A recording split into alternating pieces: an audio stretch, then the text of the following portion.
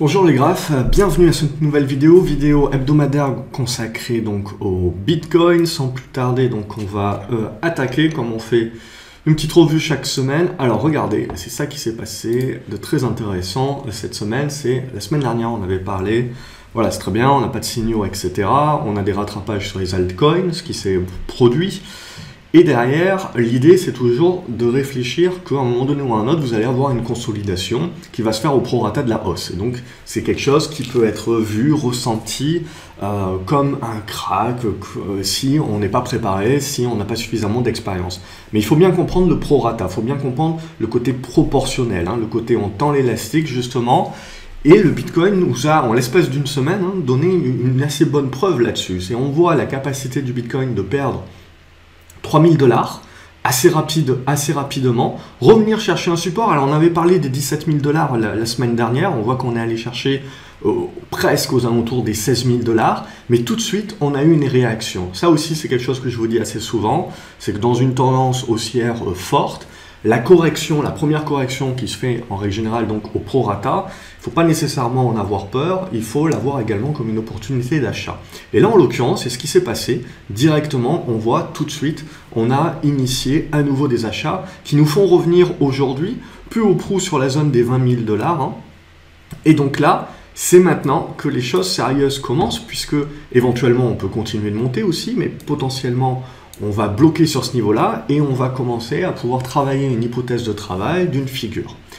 Je vous avais parlé également la semaine dernière, dans la dernière vidéo, ça en avait fait rire un certain nombre, que Nabila n'avait pas encore parlé du Bitcoin et que donc parce qu'elle n'en avait pas encore parlé, quelque part, on pouvait rester positif. Rester positif dans une tendance moyen-long terme.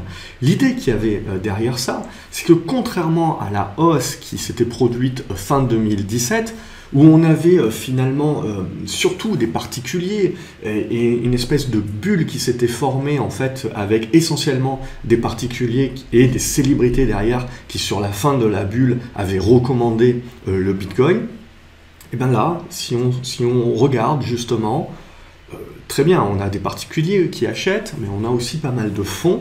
On a une hausse qui, même si elle est exponentielle, on sent est faite, réalisée avec quelque chose de plus sain. Et donc c'est ça qui me fait penser également que c'est potentiellement quelque chose de plus durable, ce qui n'empêchera pas éventuellement des consolidations, etc., au prorata, comme je l'ai indiqué. Mais on n'est pas en face, à mon avis, d'une bulle comme on en a connu en 2017. C'est une hausse exponentielle. Il y a en effet des risques. Il y a tout un tas de risques en effet qui peuvent être, suivant ce que les banques centrales et les gouvernements décident au niveau de leur propre crypto-monnaie, etc. Ça peut faire de l'ombre, ça peut créer de la volatilité, bien entendu.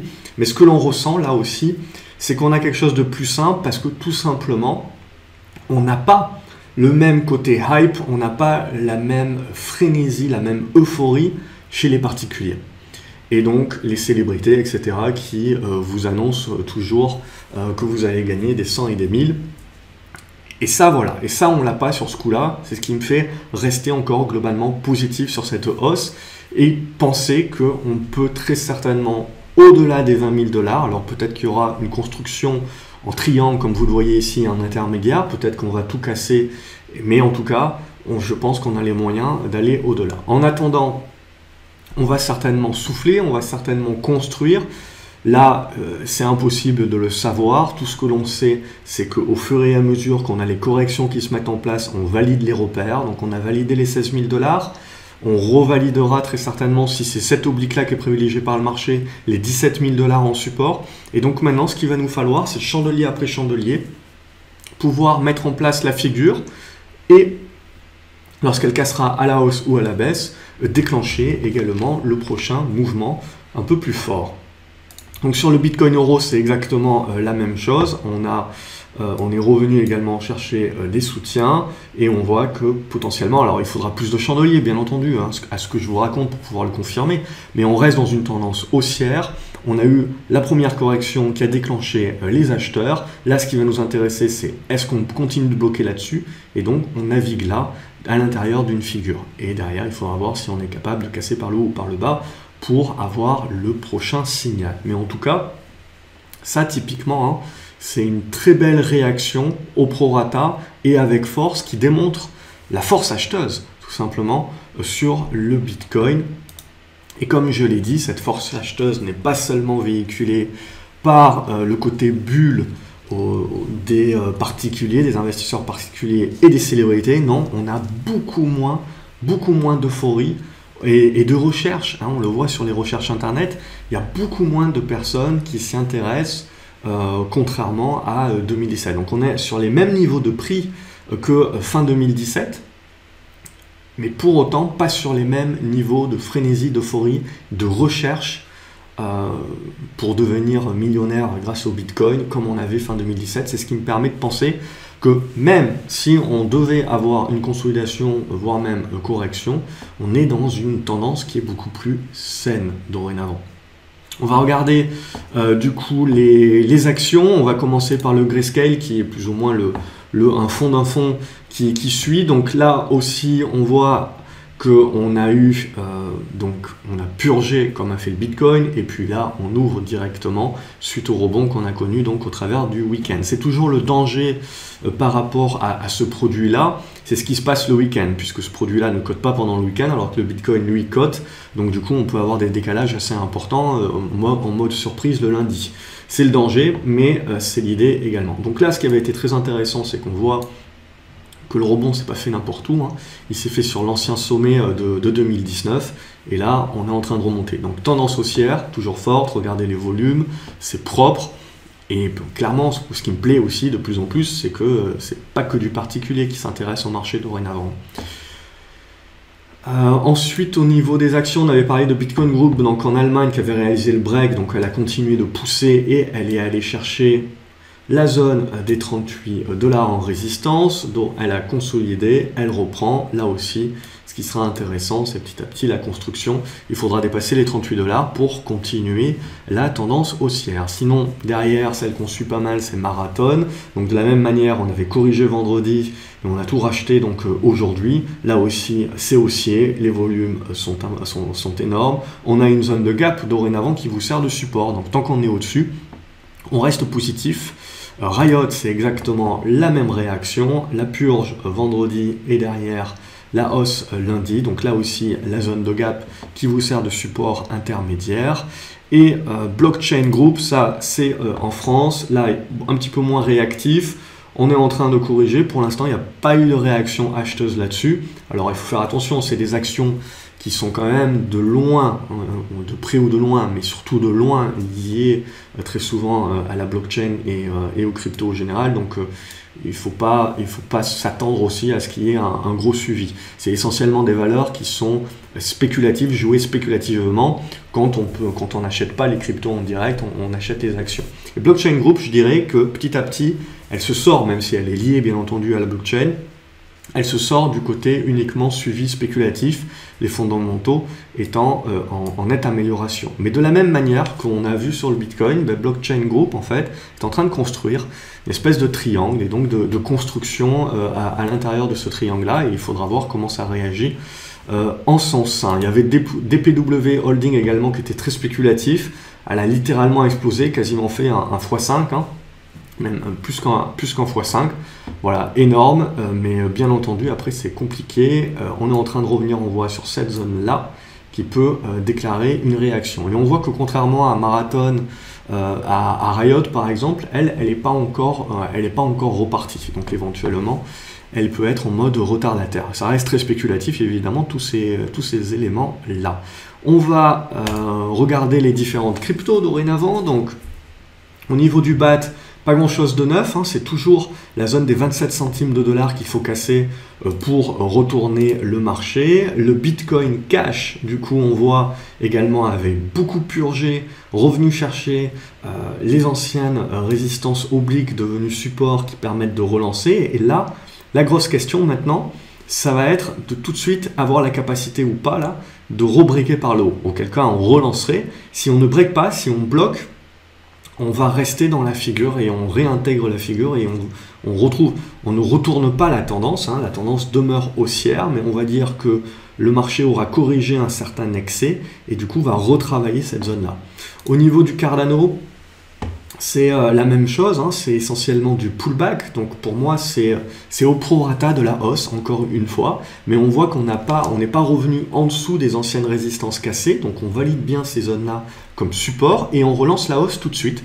Donc pour moi on valide bien la force acheteuse là-dessus, sur Cardano également, c'est bien haussier, et c'est fortement haussier. Au niveau de Cosmos, là, pas grand chose à se mettre sous la dent tant qu'on ne casse pas les 6,30 $.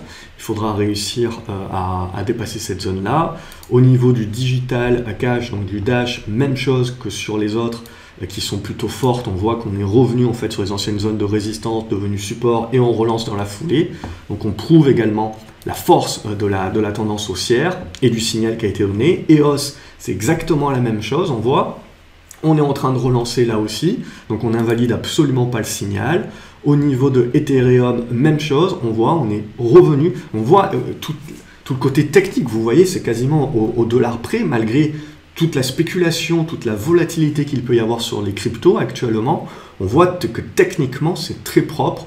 On voit qu'on est revenu sur Ethereum, chercher l'ancienne résistance, on s'en sert comme support et on relance. Donc ça, c'est preuve également de force acheteuse sur les tendances. Ethereum classique, on voit, elle était plus en retrait, on en avait parlé, finalement elle était partie, elle purge également, peut-être elle peut se relancer. On voit, il y a des cryptos qui sont très en forme, qui ont respecté leur niveau graphique, des cryptos qui étaient plus en retrait, qui avaient fini par jouer le rôle de retardataires et qui ont purgé un petit peu plus bas que leurs anciens niveaux de soutien, bien que là, Ethereum classique, on voit qu'on tient bien la zone des 5,80 $, et qui, pour l'instant, c'est ça qui va être intéressant sur cette fin de semaine, avoir la capacité ou pas de relancer là aussi. Mais graphiquement parlant, pour l'instant, ça reste très positif. Horizon, ça a littéralement explosé, hein, je ne sais plus quand est-ce qu'on s'en était parlé, mais la semaine dernière.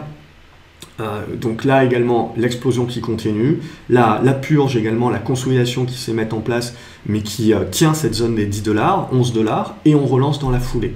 Donc tout ça c'est très propre, on est dans des hausses exponentielles et ça démontre toute la force acheteuse. Là aussi IOTA c'est même chose, on fait le pullback au prorata de la hausse, hein, quasiment un retracement complet, voire à 70% sur la plupart des cryptos, mais on relance dans la foulée. Donc ça c'est très propre également, on ne se laisse pas trop le temps de réfléchir. Litecoin, même chose, on est revenu sur cette ancienne zone de résistance d'août 2020 qui sert de support et qui permet de relancer.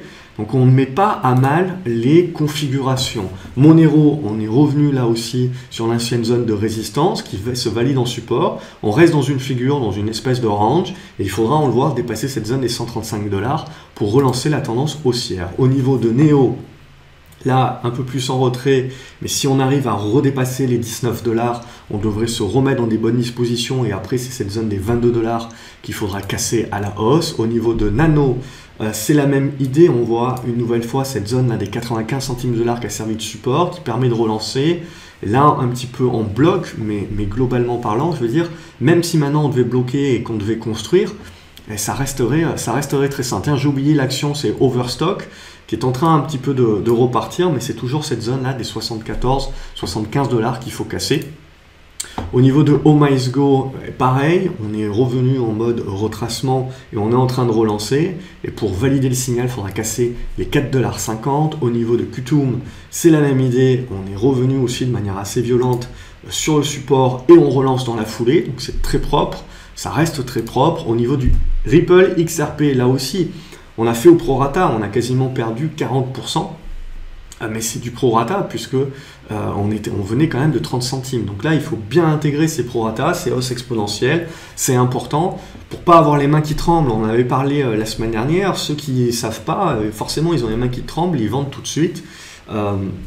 Parce que, en règle générale, quand on a des montées explosives comme ça, on se dit chouette, etc. Et dès qu'on repère 10%, on ne comprend pas que ça fait partie de la vie d'une action, ça fait partie de sa proportionnalité également dans ses phases de consolidation. Donc là, c'est la même chose sur Ripple. On a bien validé une zone à 46 centimes $. On permet de relancer. Éventuellement, on peut revenir sur les plus hauts, mais dans la même optique, derrière, on verra si la hausse exponentielle ne continue pas, c'est-à-dire n'est pas dans la capacité de casser les récents plus hauts. ça va bloquer, et qu'est-ce que ça va nous faire? Ça va nous construire des figures au fur et à mesure des chandeliers, ce qui nous permettra derrière de pouvoir rejouer une tendance à la sortie de la figure.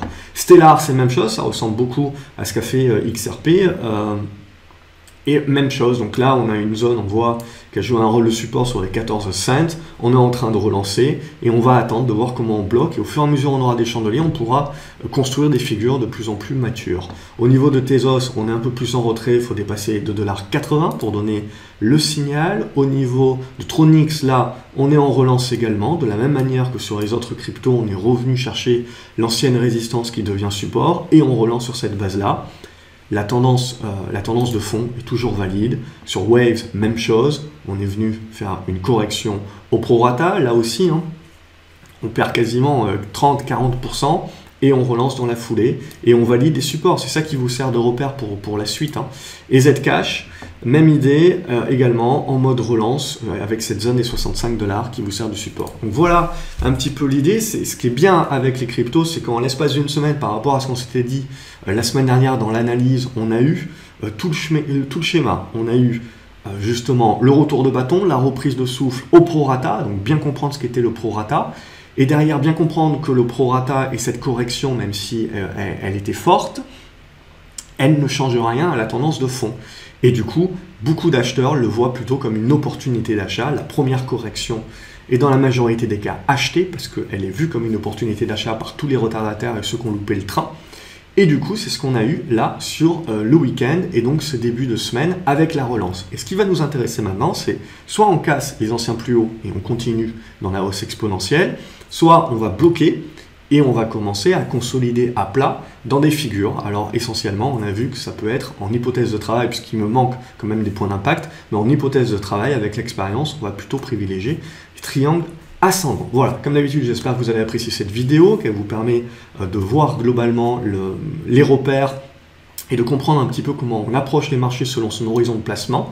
N'oubliez pas de mettre un like, un pouce en l'air, de partager la vidéo également, de savoir ce que vous en pensez dans les commentaires également et de vous abonner à la chaîne, comme ça vous ne loupez aucune autre vidéo. Je vous dis à la prochaine, salut les graphes.